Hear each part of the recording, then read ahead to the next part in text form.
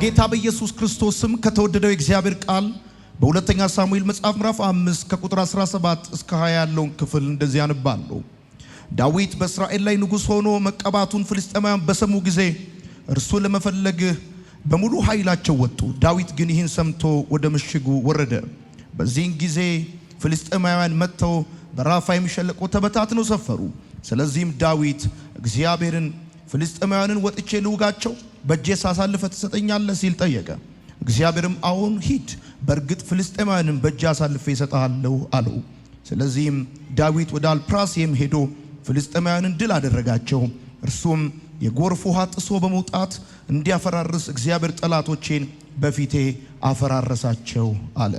ከፍ እናድርግ መጽሐፋችንን በደም ከፍ ወደ ላይ እኔ የምለውን ከኔ ጋር እንላለን። እግዚአብሔር ሆይ አመሰግናለሁ፣ ቃልህን እወደዋለሁ፣ ካንተም እማራለሁ። የበዛ ሰላም፣ የማይወሰድ ደስታ፣ የድል ህይወት ዛሬም ነገም ለዘላለም አለኝ። አሜን። በኢትዮጵያ አዲስ ኪዳን ካህናት ቤተክርስቲያን በእሁድ ማለዳ ከኔ ጋር የእግዚአብሔርን ቃል እየተካፈላችሁ ያላችሁ ወዳጆቼ ዛሬ የምንካፈለው የእግዚአብሔር ቃል ሐሳብ ጥሶ የመውጣት 4 ደረጃዎች የሚል ይሆናል። በአንድ ወቅት አንድ መጽሐፍ ሳነብ እንደዚህ የሚል ሐሳብ አገኘሁኝ። አንድን በጣም ታላቅ የሆነ የጦር ጀነራል በጣም ብዙ ሰዎች ተሰብስበው ባሉበት አዳራሽ ውስጥ በውትድርና ውስጥ በተለይም በጦርነት ውስጥ የተማርካቸውን 3 ነገሮች ንገረን ብለው ጠየቁት። ጀነራሉም ትንሽ አሰብ ካረገና ከቆየ በኋላ በአዳራሽ ውስጥ የሚገኙትን ሰዎች አየት አድርጎ በአጭሩ ተነፈሰና እንደዚህ አለ፣ በፍጹም አታቋርጥ፣ ጭራሽ ተስፋ አትቁረጥ። በመጀመሪያ የተማርኩት ይሄንን ነው አለ። በመቀጠልም በሁለተኛ ደረጃ ትንሽ አሰብ ባደረገና መቼም ቢሆን አታቋርጥ፣ በጭራሽ ተስፋ አትቁረጥ ብሎ ተናገረ። በሶስተኛ ደረጃ የተማረውን ሲናገር እንዴትም ቢሆን አታቋርጥ፣ በጭራሽ ተስፋ አትቁረጥ ብሎ የተናገረውን ነገር አስታውሳለሁ። አጠገባችሁ ያለውን ሰው በፍጹም አታቋርጥ፣ በጭራሽ ተስፋ አትቁረጥ በሉት። እንደ ክርስቲያን በተለይም ባለ ራእይ የሆናችሁ ወጣቶች ወንዶችና ሴቶች እንደ ክርስቲያን ዛሬ የማካፍላችሁን ሐሳብ ብትሰሙ ደስ ይለኛል። በህይወታችሁ ማወቅ ያለባችሁ ነገሮች አሉ። ለምሳሌ ትግል ከሌለ ድል እንደሌለ ማወቅ አለባችሁ። እንደዚሁም ደግሞ ሸለቆ ከሌለ የተራራ ጫፍ እንደሌለ ማወቅ አለባችሁ። ወዳጆቼ ስቅለት ከሌለ ትንሣኤ እንደሌለ ማወቅ አለባችሁ። ፈተና ከሌለ ማለፍ እንደሌለ ማወቅ አለባችሁ። ምስቅልቅል ከሌለ ምልክት እንደሌለ ማወቅ አለባችሁ። ችግር ከሌለ በረከት እንደሌለ ማወቅ አለባችሁ። እንደሱ ብቻ ሳይሆን ጠላት ከሌለ ወዳጅ እንደሌለ ማወቅ አለባችሁ። ወዳጆቼ ጠባሳ ከሌለ ጀነራል እንደሌለ ማወቅ አለባችሁ። በዚህ ማለዳ ጥሶ የመውጣትን 4 ደረጃዎች ነው ማካፍላችሁ። በጣም ብዙ ትውልድ ከኔ በፊትም ከኔ በኋላም በጣም ትልልቅ አቅም ትልልቅ መልእክት ያላቸው በጣም ብዙ ትውልዶች እንዳሉ አስባለሁ። ነገር ግን በየሰፈሩ በየምክንያቱ ተይዘው በየአካባቢው የተቀመጡ ውስጣቸው ያለውን ነገር ማውጣት ያቃታቸው እየታገሉ ያሉ በጣም ብዙ ሰዎች እንዳሉ ይሰማኛል። ጥሶ የመውጣት 4 ደረጃዎች የሚለውን ሐሳብ ለነዚህ ምናልባትም ከ10 እና ከ13 ዓመት በፊት እኔ ባደኩበት ከተማ እግዚአብሔርን ከመውደድና ለማገልገል ከመፈለግ ባለፈ እንዴት ማገልገልና ውስጥ ያለውን ነገር ማውጣት እንዳለብኝ አቅጣጫ የሚሰጠኝ ሰው ያጣሁበትን ጊዜ አስታውሳለሁ።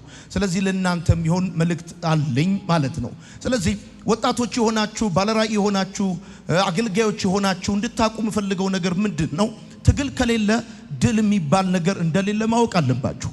በጣም በህይወታችሁ እርግጠኛ እንድትሆኑ የምፈልገው ነገር አንዱና መሰረታዊው ነገር ይሄ ነው። ፈተና ሲኖር ነው ማለፍ የሚኖረው። ስቅለት ሲኖር ነው ትንሣኤ የሚኖረው። ጠባሳ ሲኖር ነው ጀነራል የሚኖረው። ያለ ጠባሳ ጀነራል የሆነ ሰው ካለ በዘመድ ካልተሾመ ወይም ደግሞ ልብሱን በተውሶ አሰፍቶ ካልለበሰ በስተቀር ጀነራል ሊሆን ከቶ ይቻላል ብዬ አላስብም። እንደ ተፈጥሯዊው ዓለም የህይወታችን ጨለማ ከማለዳችን ይቀድማል። ይሄን ማወቅ አለባችሁ። እሱ ብቻ አይደለም። ጥንካሬ የተአምራት ውጤት ሳይሆን የትግል ህይወት እንደሆነ ማወቅ አለባችሁ። በጣም እንድትጠነክሩ ቦልድ እንድትሆኑ እግዚአብሔር ሲፈልግ የሚሰጣችሁ ነገር ቢኖር ወይም በህይወታችሁ የሚያደርገው ነገር ቢኖር ተአምራት አይደለም። ተአምራት እንደውም በህይወታችሁ በጣም የቅንጡ ልጆች ወይም ደግሞ ገና ያላደጉ ሰዎች ህይወት እንደሆነ ይሰማኛል። ተአምራት በእያንዳንዱ የክርስትና ህይወት ውስጥ ወይም በአማኞች ህይወት ውስጥ አስፈላጊ እንደሆነ አምናለሁ። ነገር ግን በቃ ትግል ሲኖር ነው ድል የሚኖረው። የሆነ ውጊያ ውስጥ ያላችሁ፣ የሆነ ሰልፍ ውስጥ ያላችሁ፣ የሆነ ትግል ውስጥ ያላችሁ ሰዎች ካላችሁ አትጠራጠሩ። እግዚአብሔር አምላክ ከዚህ ትግል ከዚህ ሰልፍ በኋላ ደሞዛችሁን ይከፍላችሁ። ስለዚህ ስንቶቻችሁ በሰልፍ ውስጥ በትግል ውስጥ በአፕ ኤንድ ዳውን ውስጥ እያለፋችሁ እንደሆነ ባላውቅም፣ ነገር ግን እነዚህ ነገሮች ሲኖሩ ነው በህይወታችሁ ውጤታችሁ ማየት የምትጀምሩት። ወዳጆቼ የትምህርታችን ሐሳብ ጥሶ የመውጣት 4 ደረጃዎች ብያችኋለሁ። ጥሶ መውጣት እንቅፋትን ማስወገድ፣ ሰዎችና ጠላት ያደረጉባችሁን ውስንነት መስበር ማለት ነው። መስበር ማለት ነው። ጥሶ መውጣት ማለት ምን ማለት ነው ከተባለ ህግ መጣስ ማለት አይደለም። ነገር ግን እንቅፋቶችን ከመንገዳችሁ ላይ ማስወገድ፣ ሰዎችና ጠላት በእናንተ ህይወት ላይ ያደረገውን ውስንነት መሻር፣ ለእድገት ለድልና ለተስፋ መንገድን አቅጣጫን መክፈት ማለት ነው። በህይወታችሁ ስለ ብሬክ ስሩ፣ ስለ ጥሶ ስለ መውጣት እንድታስቡ የምፈልግባቸው ጊዜያቶች አሉ። በተለይም ህይወታችሁ የመቀዝቀዝና የመጓተት ስሜት ውስጥ እንደገባ ሲሰማችሁ፣ ጦርነት ሲነሳባችሁ፣ ወይም ደግሞ ፍሬ በማጣት ስትቸገሩ፣ በተደጋጋሚ ውድቀት ውስጥ ስትገቡ፣ በዛን ታይም እግዚአብሔር አምላክ ብሬክ ስሩ በህይወታችሁ ላይ ሊያደርግ የሚፈልግበት ታይም ነው። ማለት የሆነ መቀዛቀዝ የሚሰማችሁ ጊዜ እንዳለ ታውቃላችሁ። ሁሌም መቼም አንድ አይነት የሆነ የህይወት አካሄድ ሰው አይሄድም እና ከዚህ አንፃር የመቀዛቀዝ ስሜት ሲሰማችሁ ማለት ራእይ ይዛችሁ መልእክት ይዛችሁ ትልልቅ ነገር ይዛችሁ ወይንም ደግሞ መጽሐፍ ፈልጋችሁ ወንጌል መስራት ምናምን ፈልጋችሁ ጥሶ መውጣት በሁሉም የህይወት አቅጣጫ ያለ ጉዳይ ነውና መቀዛቀዝ ውስጥ ያላችሁ ሰዎች ካላችሁ በእግዚአብሔር ኃይል ውስጣችሁ ያለው ነገር በዚህ ክረምት በኃይል ይቀጣጠላል። በደንብ ጩሁና አሜን በሉ። እግዚአብሔር በእናንተ ህይወት ሊሰራ ያሰበውን እኔ እንደውም ዘንድሮ ስጸልይ ነበረ፣ ዛሬ ማታም እየጸለይኩኝ ነበረ። አንዳንድ ሰዎች አላችሁ በዚህ ጉባኤ ውስጥ ይሄ ዓመት እንዲያልፈኝ አልፈልግም እያላችሁ ያላችሁ ሰዎች ይሄ ዓመት ሳያልፍ እግዚአብሔር ታላቅ ነገር በህይወታችሁ ያደርጋል። በጌታ በኢየሱስም በሆነ ጉዳያችሁ ላይ ብሬክ ስሩ ይሆናል። ወዳያችሁት ነገር መዘርጋት ይሆንላችኋል። የነገራችሁን ነገር መጨበጥ ይሆንላችኋል። በጌታ በኢየሱስም እንዴት ጀምረዋለሁ ያላችሁትን ያንን ነገር የምትጀምሩበት ጊዜ ይሆናል። ኢየሱስ ጌታ ነው። አሜን ነው። እሺ የምትጽፉ ሰዎች ጻፉ። የምትጽፉት ነገር ምንድነው? ትግል ከሌለ ድል እንደሌለ ማወቅ አለባችሁ ብላችሁ ጻፉ። አሁን በጣም ብዙ ትውልድ ድሉን ይፈልገዋል፣ ውጤቱን ይፈልገዋል፣ መንገዱን ግን አይፈልገውም። ውጤቱን ይፈልገዋል። ለምሳሌ ኤ ማምጣት ይፈልጋል፣ ማጥናት ግን አይወድም አይደለ? ሀብታም መሆን ይፈልጋል፣ መስራት ወይ መማር ምናምን ግን አይወድም። እና ትግል ከሌለ ድል የለም።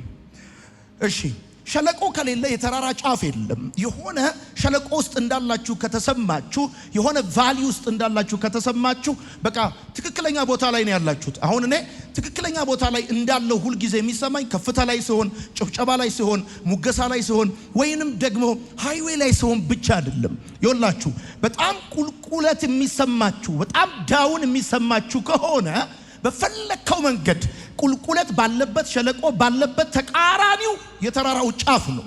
ስለዚህ ይሄን ማወቅ አለባችሁ። በቃ ልክ እንደዛ አይነት ሸለቆ ካለ የተራራ ጫፍ አለ። ልክ እንደዚህ ነው። ፈተና ካለ ማለፍ አለ።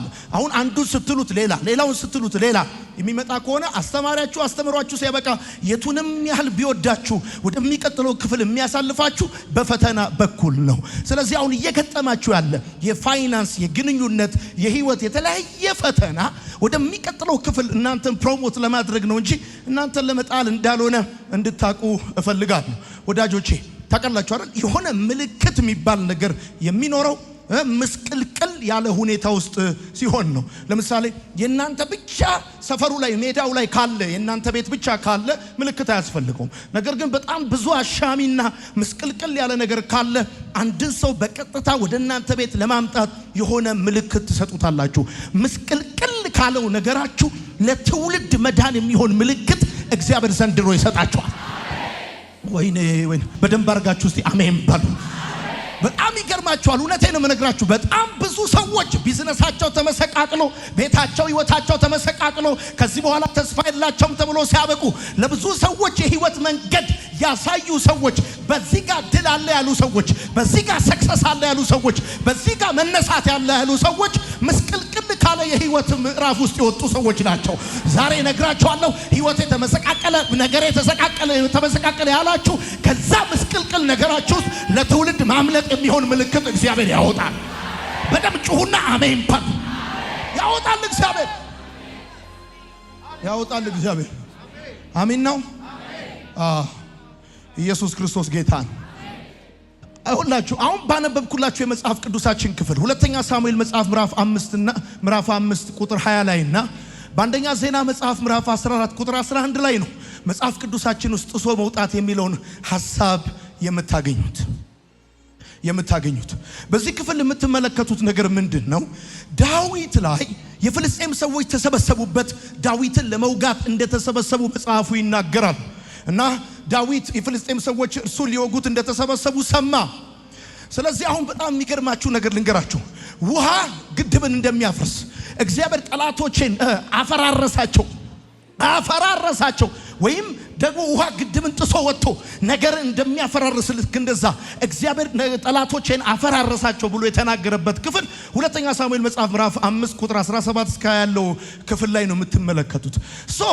አሁን በዳዊት ህይወት እንደዚህ አይነት ብሬክ ስሩ እንዴት ሊከሰት ቻለ? ምክንያቱም ከቁጥር 17 እስከ 24 የጥሶ መውጣት ደረጃዎችን ታገኛላችሁ። ዳዊት የነበረበትን ከበባ፣ የነበረበትን ውጊያ፣ የነበረበትን ውስንነት፣ የነበረበትን ተጽዕኖ እግዚአብሔር አምላክ እንዴት አድርጎ ጠላቶቹን ውሃ ግድብን ጥሶ ወጥቶ እንደሚያፈራርስ እንዴት ጠላቶቹን እንዳፈራረሰለት 4 መሰረታዊ ነገሮችን ከ17ኛው ቁጥር እስከ 20ኛው ቁጥር ትመለከታላችሁ። ወዳጆቼ የመጀመሪያው የጥሶ መውጣት ደረጃ ምን መሰላችሁ? እኔ ያንተን የሚመለከተኝ ታሪካል እሞታለሁ ካልክ አንተ የራስህ ጉዳይ ነው። ግን እኔ እንድትሞት አልፈልግም። በጌታ በኢየሱስም ከየትኛውም አይነት ውስንነት እግዚአብሔር ጥሶ ያወጣል። በኢየሱስም ሰብሮ መውጣት ይሆንላል። ለምሳሌ የመጀመሪያው የጥሶ መውጣት ደረጃ ምን መሰለ? የመጀመሪያው እንደዚህ አንድ ብለህ ጥሰህ ልትወጣ ስትል፣ ሰብረህ ልትወጣ ስትል የመጀመሪያው የምትረግጠው ደረጃ አለመፍራት ይባላል። ጻፉ። አለመፍራት ይባላል። ወዳጆቼ ጥሳችሁ መውጣት ከፈለጋችሁ፣ የኔ ወንድም ጥሰህ መውጣት ከፈለክ መፍራት የለብህም። ሁኔታን መፍራት፣ ተቃዋሚዎችን መፍራት፣ ጠላቶችን መፍራት፣ ሰዎች ስላንተ ያላቸውን አስተያየትና ወሬ መፍራት የለብህም። ከዚህ ቀጥሎ ምን ሊሆን ይችላል የሚለው ነገር ልትፈራው አይገባም። በፍጹም ልትፈራው አይገባም። ቁጥር 18 ላይ ሲናገር ደስ ይላል። ዳዊትም የፍልስጤም ሰዎች በሱ ላይ እንደተነሱ በሰማ ጊዜ፣ ባወቀ ጊዜ ወደ ምሽግ ገባ ይላል። ተናደደ አይልም፣ ሸሻ አይልም፣ ተደበቀ አይልም፣ ፈራ የሚል ቃል አትመለከትም። ወደ ምሽጉ ገባ። የፍልስጤም ሰዎች ተሰብስበውበታል። ዳዊትን ሊይዙት ስትራቴጂካል የሆኑ ቦታዎች ላይ ሁሉ ተቀምጠዋል። በዚህ ጊዜ ዳዊት አልተናደደም፣ አልፈራም፣ አልተደበቀም፣ አልሸሸም። ይገርማል። የዳዊት ህይወት ምንድነው ካልከኝ መዝሙረ ዳዊት መጽሐፍ ምዕራፍ 3 ቁጥር 6 ላይ እንደዚህ ይላል፣ ከያቅጣጫው በተሰበሰቡብኝ አላፍ ሰዎች አልፈራም። ሰብረው የሚወጡ ሰዎች ምን አይነት ሰዎች መሰሉ? የማይፈሩ ሰዎች ናቸው። ምን ቀጥሎ ሊሆን ይችላል? I don't know ምን ሊሆን እንደሚችል ግን አንድ ነገር አውቃለሁ፣ አልፈራም።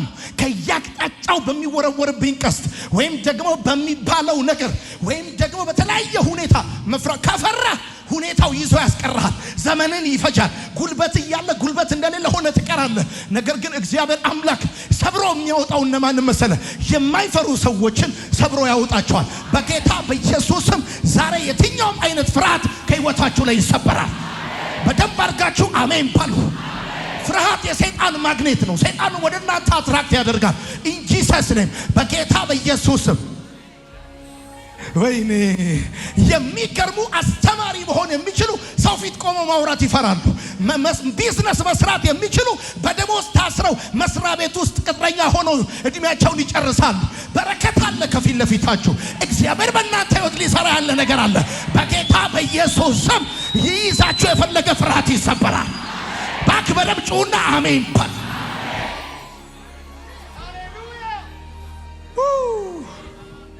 ከያቅጣጫው በተሰለፉብኝ አላፍ ሰዎች አልፈራም። ወዳጆች ዳዊት እንደዚህ ያደረገ። ፍልስጤም ሰዎች እንደተሰበሰቡበት በሰማ ጊዜ ወደ ምሽጉ ገባ። ምሽግ ማለት ብራዘር የደህንነት መንገድ መጠጊያ ቦታ ማለት ነው። ሁለት አይነት ምሽግ አለ። አካላዊ ምሽግ አለ፣ ከዛም ሲቀጥል ደግሞ መንፈሳዊ ምሽግ አለ። ዳዊት አካላዊ ምሽግ ብቻ ሳይሆን የነበረው መለኮታዊ ምሽግ ነበረው። በሁለተኛ ሳሙኤል መጽሐፍ ምዕራፍ 22 ከቁጥር 1 እስከ 4 ስታነቡ ከሳኦልና ከጠላቶቹ እጅ ባዳነው ጊዜ ዳዊት የዘመረው መዝሙር ሁለተኛ ሳሙኤል መጽሐፍ ምዕራፍ 22 ከቁጥር 1 እስከ 4 ስታነቡ እንደዚህ ብሎ ይናገራል። ዳዊትም እግዚአብሔር ከሳኦል እጅና ከጠላቶቹ እጅ ሁሉ ባዳነው ቀን የዚህን ቅኔ ቃል ለእግዚአብሔር ተናገረ። እንደዚህ አለ። እግዚአብሔር አለቴ አምባዬ መድኃኒቴ ነው፣ እግዚአብሔር ጠባቄ ነው፣ በእርሱም እታመናለሁ። ጋሻዬና የረድኤቴ ቀንድ መጠጊያዬ መሸሸጊያዬ መድኃኒቴ ሆይ ከግፍ ስራ ታድነኛል። እግዚአብሔር አለቴ አየ ዳዊት ዲቫይን ምሽጋል። ኢየሱስ ክርስቶስ ጌታ። እስቲ በደንብ አርጋችሁ አሜን በሉ። ዳዊት በዚህ ቦታ እየተናገረ ያለው እግዚአብሔር መሸሸጊያው እንደሆነ ነው። ለዚህ ነው ጠላትን የማይፈራው። ዳዊት ጠላትን የማይፈራው ትላንት ድል ስላረገ ልምድ ስላለው ጦረኛ ስለሆነ ወርውሮ ስለሚመታ አይደለም። እግዚአብሔር ጠባቂው፣ እግዚአብሔር ፕሮቴክሽኑ ስለሆነ ዳዊት ጠላቶቹን አይፈራም። አንድ እውነት እነግርሃለሁ፣ እግዚአብሔርን መጠጊያ አርገህ ያዝ። ያሰው ዘመድህን አይደለም፣ ዘርህን አይደለም፣ ትምህርትን አይደለም፣ ዲግሪህን አይደለም፣ ማንንም አይደለም፣ ስጋ ለባሽን አይደለም። እግዚአብሔርን መጠጊያ አርገህ ያሰው። በጌታ በኢየሱስም ሰብረህ ትወጣለህ። በጌታ ወጋው የፕሮቶኮል መንፈስ ሰብረህ ትወጣለህ። እግዚአብሔርን መሸሸጊያ አርገህ፣ እግዚአብሔርን ዋስትና አርገህ፣ እግዚአብሔርን ትልልቅ ነገር አቅዳለሁ፣ ትልልቅ ነገር አስባለሁ፣ ትልልቅ ነገር እሰራለሁ።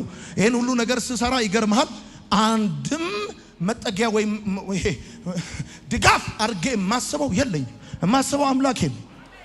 እግዚአብሔርም አንድ ጊዜ ተናግሮኛል። በአንድ አይነ ወደ ላይ በአንድ አይነ ወደ ታች ያለኝ ሞከርኩ፣ አልሆንም። ወይ ወደ እኔ ወይ ወደ ሰው ያለኝ እግዚአብሔር ከዚህ ቀን ጀምሮ ወደ አንተ ነው ማይ፣ ወደ ማንም አላይ። እግዚአብሔር አለቴ፣ አምባዬ፣ መጠጊያዬ፣ እግዚአብሔር መሸሸጊያዬ፣ እግዚአብሔር ጉልበቴ፣ እግዚአብሔር ኢኮኖሚ። በጌታ በኢየሱስም ጉልበት ያረከው እግዚአብሔር ሰብሮ ያወጣል። በደም ጩና አሜን በለኝ። ጉልበት ያረከው፣ አቅም ያረከው፣ ኢኮኖሚ ያረከው፣ ያኖረኛል ያልከው እግዚአብሔር ሰብሮ በኢየሱስም ያወጣል። እግዚአብሔር መጠጊያችሁ አርጋችሁ ያዙ። የመጀመሪያው ይኸውልህ ሰብረ መውጣት ትፈልጋለህ? ጥሰ መውጣት ከፈለክ የመጀመሪያው የጥሶ መውጣት የመጀመሪያው ደረጃ ምን መሰለህ? አለመፍራት ይባላል። እማትፈራው ስለተማርክ አይደለም። እማትፈራው ጎበዝ ተማሪ ስለሆንክ አይደለም። የማትፈራው ባለስልጣን ስለምታውቅ አይደለም። የማትፈራው ደፋር ስለተናጋሪ ስለሆንክ አይደለም። የማትፈራው አንድ የእግዚአብሔርን ቃል አንብበሃል። ናሆም መጽሐፍ ምዕራፍ 1 ቁጥር 7 እግዚአብሔር መልካም ነው፣ በመከራ ቀንም መሸሸጊያ ነው፣ በእርሱ የሚታመኑትን ያውቃል። እግዚአብሔር መልካም ነው። ይገርማል። በሳምንት 7 ቀን፣ በወር 30 ቀን፣ በአመት 365 ቀን መልካም እግዚአብሔር ብቻ ነው። ሰው እንደዚህ አይነት መልካም ኖሮት አያውቅም።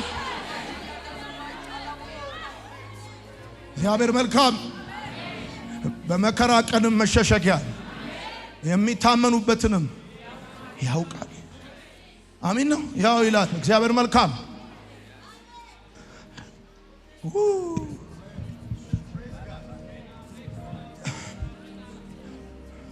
ብራዘር እኔ ትላንት ያልፈራው ዛሬና ነገ መፈራበት ምን ምክንያት? ስማ ይሄኝ ነኝ አንተ ጀርባህን ብትሰጠኝ አልፈራም እኔ ደግፈኸኝ አላመጣኸኝ አግዘ እዚህ አላደረስከኝ ተሸክሞ አግዞ እዚህ ያመጣኝ እግዚአብሔር ነው ሲጀምር ካልነበርክ ስቀጥል አታስፈልግም አንተ ስትጀምር ዮናታን ካልነበረ አንተን ወደ መኖር ለማምጣት ዮናታን ካልነበረ ይገርማል ማንም ሰው ፊቱን ጀርባውን ላንተ ቢሰጥ መታመኛ ያደረከው መነሻ ላይ የተደገፍከው እግዚአብሔር አምላክ እስከ መጨረሻ ይዞ ይሄዳል ለሆነ ሰው መልእክት ነው እኔ እንደውም አንዳንድ ጊዜ እንደዚህ እናገራለሁ አንዳንድ ሰዎች መልእክት ይዘው ጥግ ይዘዋል ሌላ ሰዎች መልእክት ሳይዙ ሚዲያ ይዘዋል እኔ ባርካቸዋለሁ እግዚአብሔር በውስጣችሁ ላይ ያስቀመጠው ትክክለኛ መልእክት በጌታ በኢየሱስም ዘመኑን አሳልፎ ይስጣችሁ በኢየሱስም ሚዲያውን አሳልፎ ይስጣችሁ ሪሶርሱን አሳልፎ ይስጣችሁ ጥሶ መውጣት ይሆንላችሁ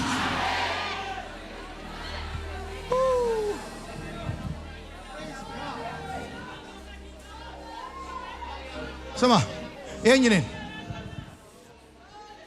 ቆይ ከኔ ጋር በሙሉ ልባችሁ ከኔ ጋር ሆኑና ፍልስጤማውያን እንደተሰበሰቡበት ዳዊት ሲያውቅ ሰው አይሸሽም አይፈራም አይደነግጥም ልክ 2 ሰዓት ቢሮ እንደሚገባ ሰው ቀጥ ብሎ ሄዶ ምሽግ ውስጥ ገባ የዳዊት አካላዊ ምሽግ ብቻ ሳይሆን ዲቫይን ምሽግም አለ መለኮታዊ ምሽግ አለ ለዚህ ነው እግዚአብሔርን ምሽጉ እንዳደረገ የምታውቀው እግዚአብሔር አለቴ ነው አምባዬ ነው መታመኛዬ ነው ከፈራ እመነኝ ሰይጣን አፐራንዱን ይወስድብሃል ሰራለሁ ብለህ ከፈራ አገባለሁ ብለህ ከፈራ አገለግላለሁ ብለህ ከፈራ በቃ ኦሬዲ ከግማሽ ከመጀመሪያውን 45 ደቂቃ ሰይጣን ነጥብ አስጥሏል ከፈራ ምን አፈራ በኮሜንትም በኮሚቴም እንዳፈራ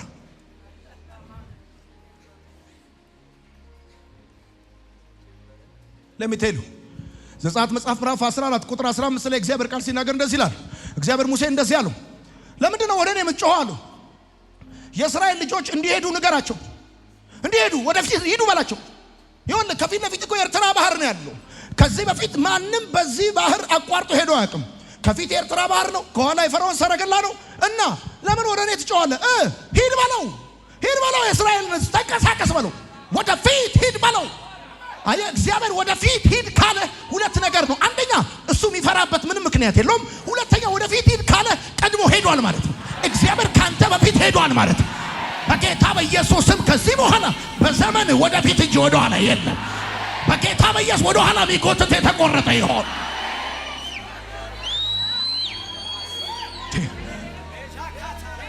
አንተ በሙሴ ቦታ ሁንና ህዝብ እንደሚመራ ሰው ለምንድን ነው ወደ እኔ የምትጮኸው እዚህ እስራኤልን ህዝብ ወደፊት ሂድ በለው ስትባል ምንድነው የምትለው ወዴት እዚህ ጋር ኤርትራ ነው ያለው እዚህ ጋር ያለው ፈርዖን ወደ እኔ ሄደ ወደ እኔ ሄደ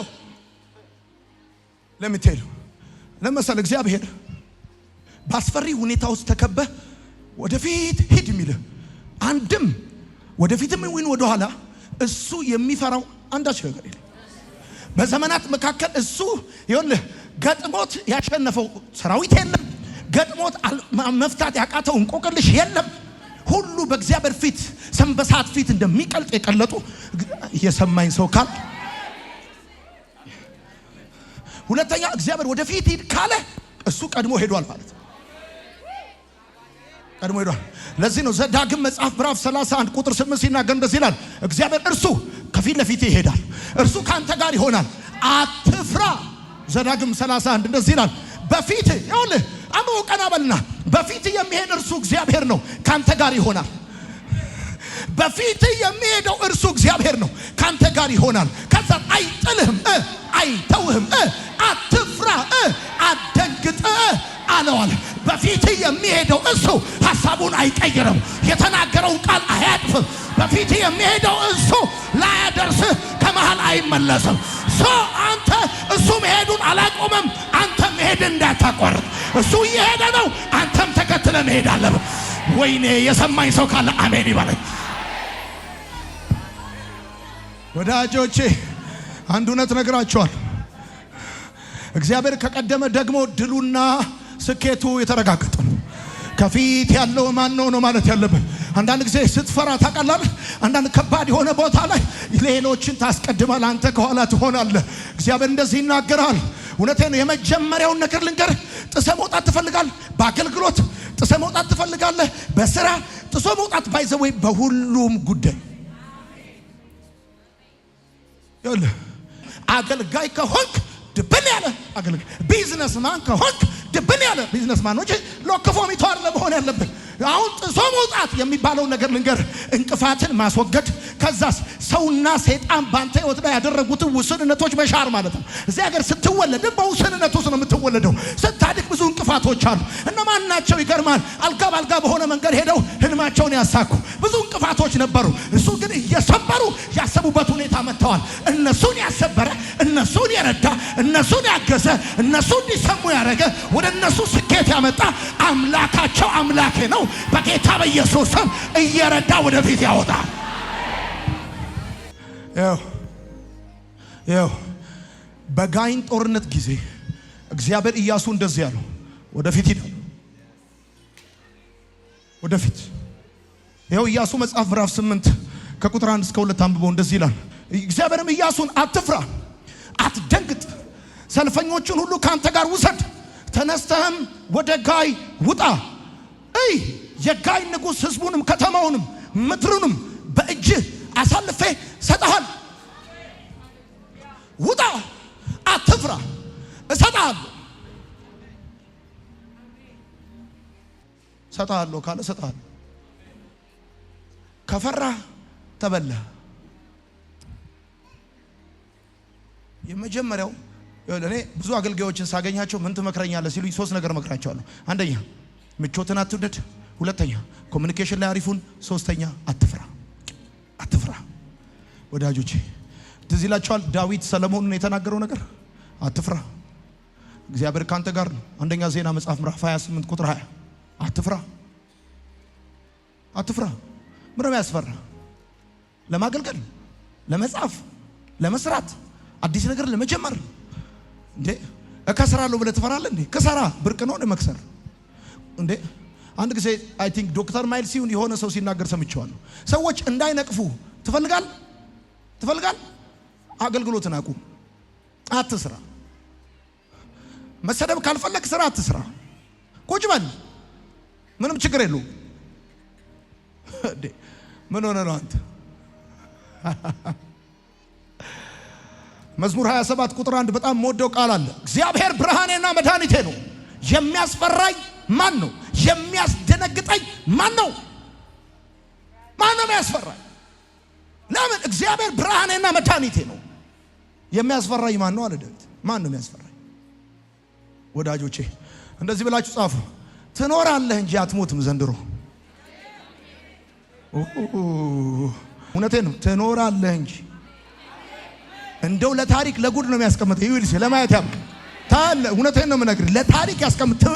ትኖራለህ እንጂ አትሞትም። ለመሰለ መዝሙር 118 ቁጥር 17 እንደዚህ ያለ፣ አልሞትም በሕይወት እኖራለሁ፣ የእግዚአብሔርንም ሥራ አወራለሁ።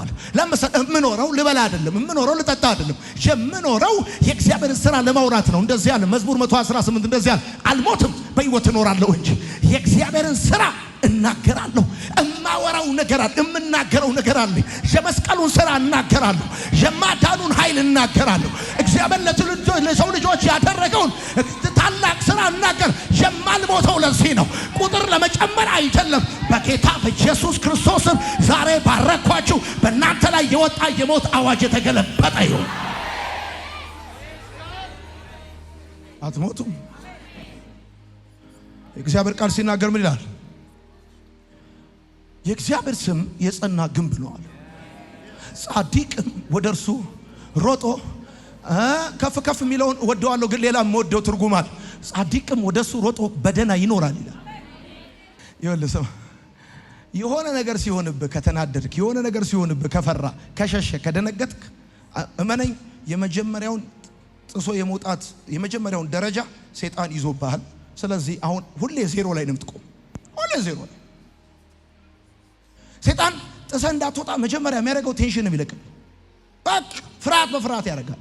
ስትንቀጠቀጥ ነው የምታድረው። በቃ ወዮ ወዮ ስትል ታድራለህ።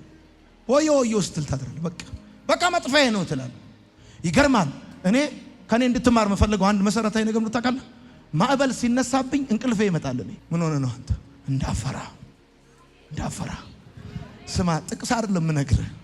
እንዳፈራ አስወርቱ እንዳፈራ እግዚአብሔር አምባዬ፣ አለቴ፣ መታመኛዬ፣ ጋሻዬ። የእግዚአብሔር ስም የጸና ግንብ ነው። አሜን ነው።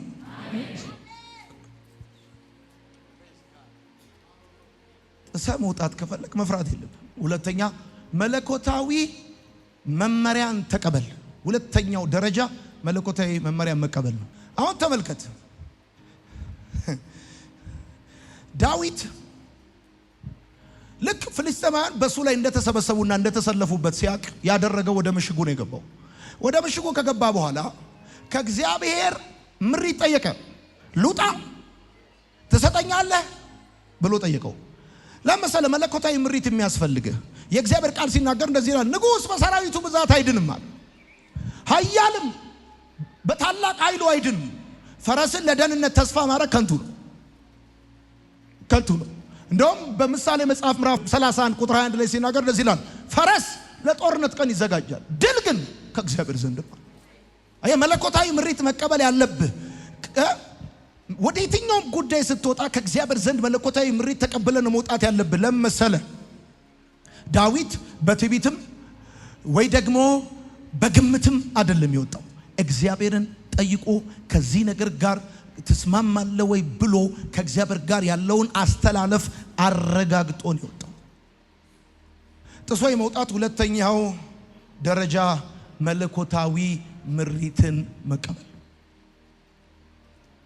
ለምሳሌ ጥሩ መነሻ ካፒታል አለህ ማለት ቢዝነስ ይሳካል ማለት አይደለም። ጎበዝ ተናጋሪ ነህ ማለት አገልጋይ መሆን ትችላለህ ማለት አይደለም። ብዙ መጽሐፍ አንብበሃል ማለት ቤተክርስቲያን ፕላን ታደርጋለህ ማለት አይደለም። በጣም ካንተ ይልቅ ያነበቡ ብዙ ችሎታ ያላቸው ሰዎች ታያለህ።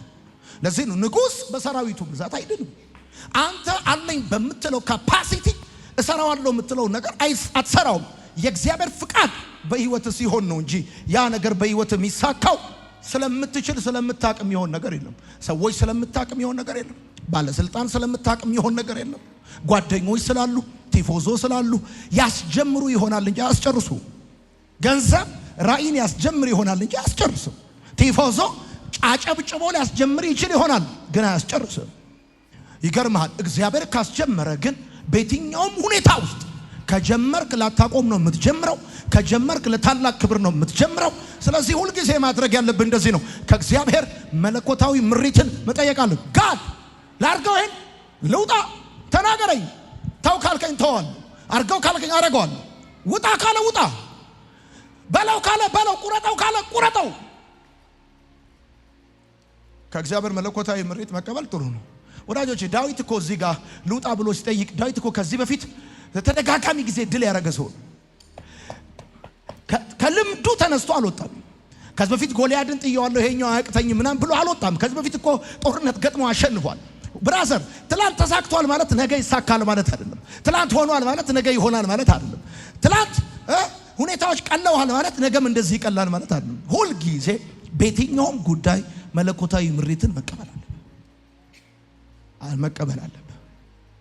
አሜን ነው። እስቲ አሜን በሉ። ሶስተኛ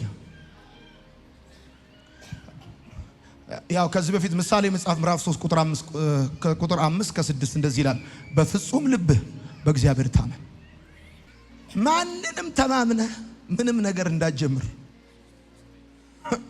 ትዝብት ነው ትርፉ። ይሰማል ማውራው ትዝብት ነው ትርፉ ነው የምትሆን። ታዝበ ቁጭ የሰው ነገር ብለህ ታክሲ ላይ ተለጥፋለህ። መጨረሻ በሙሉ ልብ በእግዚአብሔር ተማመን።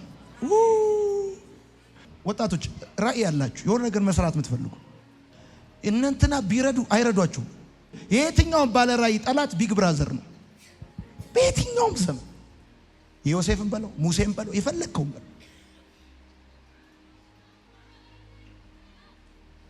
ለምንድን ነው ይሄን ያልኩልህ? በሙሉ ልብህ በእግዚአብሔር ተማመን። አጠገባችሁ ያለው ሰው አትፍራ በሉት።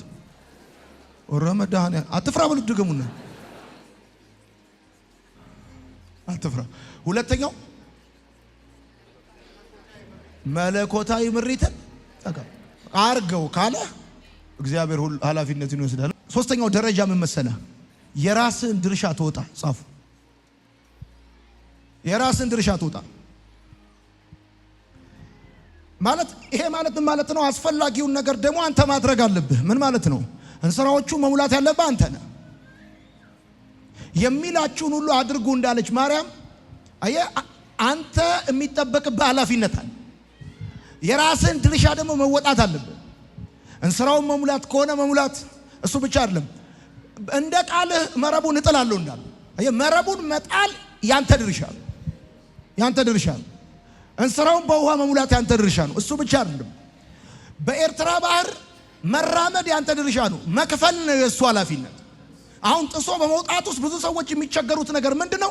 ሁሉንም አሳይመንት ለእግዚአብሔር ሰጥተው በአስማት በምትሃት የሆነ ነገር አርጎ እንዲያወጣቸው ይፈልጋል። ኖ ኤርትራ ባህር ቢከፈትም ሊኩዊዱ እንደ ሶሊድ ቢቆምም አንተ ካልተራመድክ በስተቀር ወንድሜ የሚመጣ ምንም ነገር የለም። አንተ የራስን ድርሻ መወሰድ አለብህ። መንቀሳቀስ አለብህ። እግዚአብሔር ስራ ሰጣለሁ ካለ አንተ ሄደህ ሲቪን አዘጋጅተህ በር ማንኳኳት፣ ስራ መፈለግ፣ ጥሩ በጥሩ ጸባይ ስራ መስራት ካንተ ይጠበቃል። አሁን ጥሰህ ለመውጣት 4 ደረጃዎች አሉ። በቃ እኔ አሁን ለወጣት ልጆች፣ ለጓደኞቼ፣ ለሚሰሙኝ ሰዎች በፈለግከው መንገድ እንድትሄድ ከፈለክ፣ ጥሰህ መውጣት ከፈለክ በየትኛውም የህይወት አቅጣጫ አንደኛ አትፍራ፣ ሁለተኛ መለኮታዊ መመሪያን ምሪትን ተቀበል፣ ሶስተኛ የራስን ድርሻ ተወጣ። ለምሳሌ የዮርዳኖስ ወንዝ ሙሉ ነው። በዛ ሲቹዌሽን ውስጥ ሄዶ መቆም ያንተ ድርሻ ነው። በቃ ሄድና እርገጠው ከተባልክ እርገጠው ነው፣ አለቀ። ይኸውልህ ኤርትራ በዱላ ተከፍሏል። ዮርዳኖስ በዱላ አይከፈልም። አይከፈልም በዱላ። ከኔ ጋር ናችሁ? የራሳችሁን ድርሻ ተወጡ። ታገባለህ ካለ ታገባለህ፣ የራስን ድርሻ ተወጣ። እግዚአብሔር የራሱን ድርሻ ይወጣል ባንተ ህይወት ውስጥ። ለምሳሌ አንተ ማገዝ፣ መንገዱን መክፈት፣ መንገዱን ይከፍታል፣ አንተ ትራመዳለህ። በቃ እሱ እኮ ነው የሚሆነው። አንተ ውሃውን ትሞላለህ፣ ያንተ ድርሻ ነው። ውሃውን ወይን ጠጅ ማድረግ የሱ ድርሻ። መረቡን መጣል ያንተ ድርሻ ነው። አሳውን አምጥቶ መረቡ ውስጥ መክተት የሱ ድርሻ ነው እንደ ቃል። ስለዚህ እሱ ነው ማድረግ ያለብህ።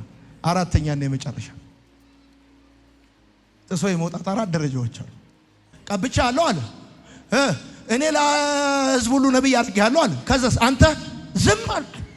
ተገርመህ እጅ ባፍ ጭናል። ተገርመህ እስካሁን ተገርመሃል። ቅዱስ ጌታ ያለኝን ሰምታችኋል? አዎ ነብይ አረግ ተገርመህ እንዴት ውጡ ታዲያ? ልፈልግ እግዚአብሔር ድርሻው ምንድነው? አንተን መቀባት፣ አንተን መርዳት፣ የሚረዱ ሰዎች ማምጣት። ያንተ ድርሻስ መንቀሳቀስ፣ የስ በር ማንኳኳት፣ ፕሬዝ ጋድ፣ ፊትህን ፈንዲሻ ማድረግ። ሄሎ አራተኛ የጥሶ የመውጣት አራተኛው ደረጃ ምስጋናውን አትውሰድ። ምስጋናውን አትውሰድ።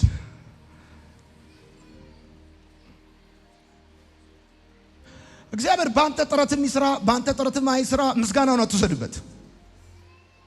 ዳዊት እንደዚህ አለ፣ እግዚአብሔር እንደ ውሃ ፈሳሽ ጠላቶችን ሰባብሯቸዋል። እኔ ሰባበርኳቸው አይደለም ያለው፣ ክሬዲቱን አንተ እንዳትወስድ። እግዚአብሔር እንደ ውሃ ፈሳሽ ጠላቶችን በእጄ ፊት ለፊት ሰባበራቸዋል እንዳትወስድ። ስማ ዳዊት ድሉን ለራሱ ለሰራዊቱም አልሰጠም። ጻፍ፣ ለማንም እንዳትሰጥ። የህይወትን ድል ክሬዲቱን ለሰውም ለራስም እንዳትወስድ። ክሬዲቱን ለሰውም ለራስም እንዳትወስድ። ትንሽ ነገር ሲረዳ ረዳኸኝ በለው፣ አገዝከኝ በለው፣ ቀኝ ደገፈኝ በለው፣ አቤቱ እግዚአብሔር ሆይ አመሰግናለሁ በለው። በህይወት የሆነውን ነገር ምስጋና እንዳትወስድ።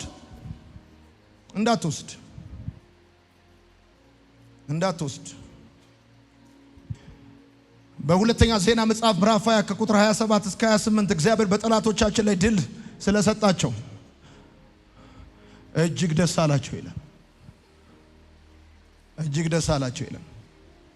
አንዳንድ ሰዎች በጽድቃቸው በቅድስናቸው በችሎታቸው ያደጉ ይመስላቸዋል። በጣም ለወጣቶች የሚሆን አንድ ቃል እናገርና መልእክቴን አጠቃልላለሁ። ዮናታን ምንድነው ደስ የሚል ካላችሁኝ፣ እኔ ደስ የሚለኝ ስሰብክ አዳራሹ ሲሞላ አይደለም። እኔ ደስ የሚለኝ አንድ ቀን ያገለገልኩት ልጅ የሚቀጥለው ቀን ጥሶ ሲወጣል፣ ሰብሮ ሲወጣል።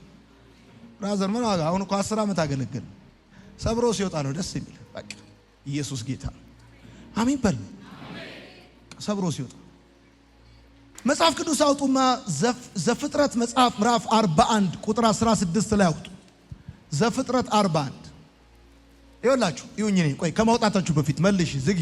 ይሁኝ ነኝ አንዴ ይኸው ፈርዖን ዮሴፍን አስጠራውና እንደዚህ አለው። ዮሴፍ አለ አንተ ህልምን እንደምትረዳ ደግሞም እንደምትፈታ ሰምቻለሁ አለ። አሁን ይኸውልህ አንድ እስረኛ ንጉሱ ጠርቶት አንተ ህልምን እንደምትረዳ ደግሞም እንደምትፈታ አውቄያለሁ ሰምቻለሁ ብሎ ሲለው የንጉሱ ንግግር ብቻውን ኢጎ ይቀሰቅሳል። ፕሬዝ ጋድ እኔ ብለህ የሆነ ነገር እንድትል ያደርጋል። ኦኬ አንተም ሰምተሃል። ኦኬ አሁን የመጨረሻው ሰውዬ ጋር ነው ልጁ የመጣው ዮሴፍ የመጣው። ሄሎ እንደዛ ብሎት ዮሴፍ ግን ለንጉሱ ምን ለፈርዖን ምን እንደመለሰለት ስሙ 41 16 ዮሴፍም ለፈርዖን እንዲህ ብሎ መለሰ፣ ይህ በእኔ አይደለም። ህልምን መረዳት ህልምን መፍታት በእኔ አይደለም። እግዚአብሔር ግን ለፈርዖን በደህንነት ይመልስለታል። አዲሱ ትርጉም እንደው የሚገርም ነው የሚናገረው። የተሻለውን የሚሻውን ትርጉም ይሰጠዋል። ይህ በእኔ አይደለም። ይኸውላችሁ ጥሳችሁ መውጣት ከፈለጋችሁ እግዚአብሔር በሚያደርግላችሁ ነገር ሁሉ ምስጋናውን አትውሰዱ። ይህ በእኔ አይደለም በሉ። አሁን የደረስኩበት ነገር በእኔ አይደለም። ቤቴ በእኔ አይደለም። አገልግሎቴ በእኔ አይደለም። ህይወቴ በእኔ አይደለም። መውጣት መግባቴ በእኔ አይደለም። ኢኮኖሚ በእኔ አይደለም። ሁሉ ነገር በአንተ ነው በሉት። በአንተ ነው የኔ ጌታ። ይሄ ሁሉ የሆነው በአንተ ነው ከኔ አይደለም በሉት።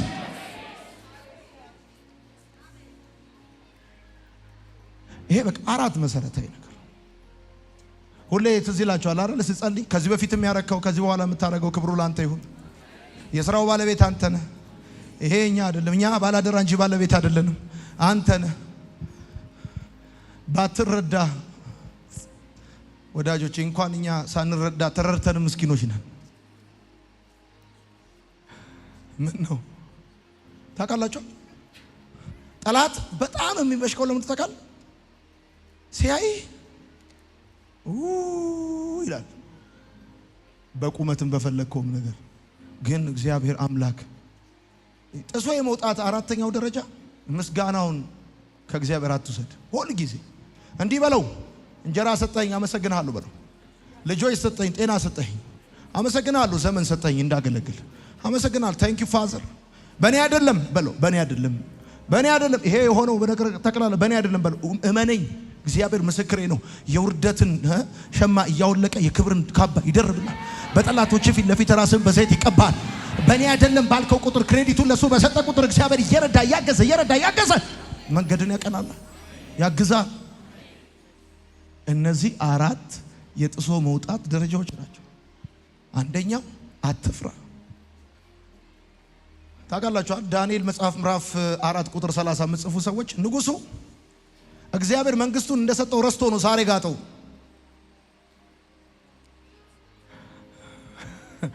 ሳር ነው ያስጋጠው። ይሄ ሁሉ በእኔ ነው አለ። አይ እግዚአብሔር ነው መንግስቱን የሰጠው። እንደውም መዝሙረኛው ሲናገር በ30ኛው ምዕራፍ ቁጥር 1 ላይ አቤቱ ከብዙ ጥንቅጥ አወጣኸኝ ይላል። በአንተ ነው በለው። ሃሌሉያ። በአንተ ነው በለው። ይገርማል። ነገ የመጨረሻ ነው ተብዬ እኔ የምተኛው እንቅልፍ ይገርማል። ላጥ ኢየሱስ ጌታ ነው። ከባለቤቱ ጋር አገናኝተለት እንዳፈራ። አሁን እዚህ ውስጥ ያላችሁ አንዳንድ ልጆች ጀምሩ፣ አገልግሎት ጀምሩ፣ ስራ ጀምሩ፣ ራእይ ጀምሩ። በልባችሁ ያለ አንድ ነገር ካለ ጀምሩ፣ መጽሐፍ ጀምሩ፣ መንቀሳቀስ ጀምሩ። ትንሽም ነገር ቢሆን ጀምሩ። በ20 በ30 ምናምን ዓመታችሁ ፈርታችሁ በጡረታ እንዳትሞቱ ጀምሩ። ያንተ ድርሻ መጀመር ነው። ያንተ ድርሻ እንስራውን ውሃ መሙላት፣ ያንተ ድርሻ መረቡን መጣል፣ ያንተ ድርሻ ጠዋትም ማታም ዝራ የትኛው እንደይበቅል አታውቅም ማለት ነው። ያንተ ድርሻ ማለት ነው። በቃ ያንተ ድርሻ እጅህን አፈር ማስነካት፣ እጅህን አፈር ማስነካት፣ ቆሻሻ ማስነካት፣ ከተቀመጥክበት መነሳት፣ ጠዋት ተነስተ ዱብዱብ ማለት፣ አቤት ከሰዎች ጋር ቆንጆ መሆን። እግዚአብሔር ከዛስ የሆነ ነገር ሲሰጥ በኔ አይደለም በሉ ያንተ ነው በሉ ጌታዬ የኔ አባት ምስጋናው እንዳትወስድበት። ከዛስ መለኮታዊ ምሪት ተቀበል ሉጣ በሉ። አይ ካለ ቁጫል በዚህ ዙር ካለ በዛ ዙር። ግን እዚህ ውስጥ ያላችሁ ወጣት ልጆች ላደፋፍራችሁ ፈልጋለሁ። ከተማ ውስጥ ከባድ የሚባለው ነገር ንኩት ኃላፊነቱን ይወስዳል። ንኩት ብሎን ነው ብላችሁ ንኩት። ሰው ብቻ አትንኩ፣ ይሰማል። ሰው አትንኩ፣ አገልጋይ አትንኩ፣ ሰው አትንኩ እንጂ ትልልቅ ነገር ንካው ተብዬ ነው ብለ እንጂ ሰስኔ ወይኔ ንካው። ምን ነው ጌታው ንካው። እግዚአብሔር አሳልፎ ይሰጣል። አትፍራ። በጌታ በኢየሱስም ባረኩ። በሚቀጥለው ሳምንት ይሄ ዓመት እንዳያልፈኝ ብላችሁ የምትፈልጉ ካላችሁ በዚህ ዓመት በኢየሱስም ብሬክ ስሩ ይሁንላችሁ። በሆነ ጉዳይ ከኔ በኋላ የሚነሳ ያንግ ጄኔሬሽን በአማርኛና በሆነ በኢትዮጵያ ቋንቋ የሚወሰን ሳይሆን በሁሉ ቋንቋ የሚሰብክ ኃያል ትውልድ በኢየሱስም ይነሳ። እውነቴን ነው የምነግርህ። በጌታ በኢየሱስም ሰውና ሰይጣን በእናንተ ላይ ያስቀመጠው ውስንነት ዛሬ የተሻረ ይሁን። የትኛውም አይነት ሊሚቴሽን አመሰግናለሁ፣ ባርካለሁ። አሜን።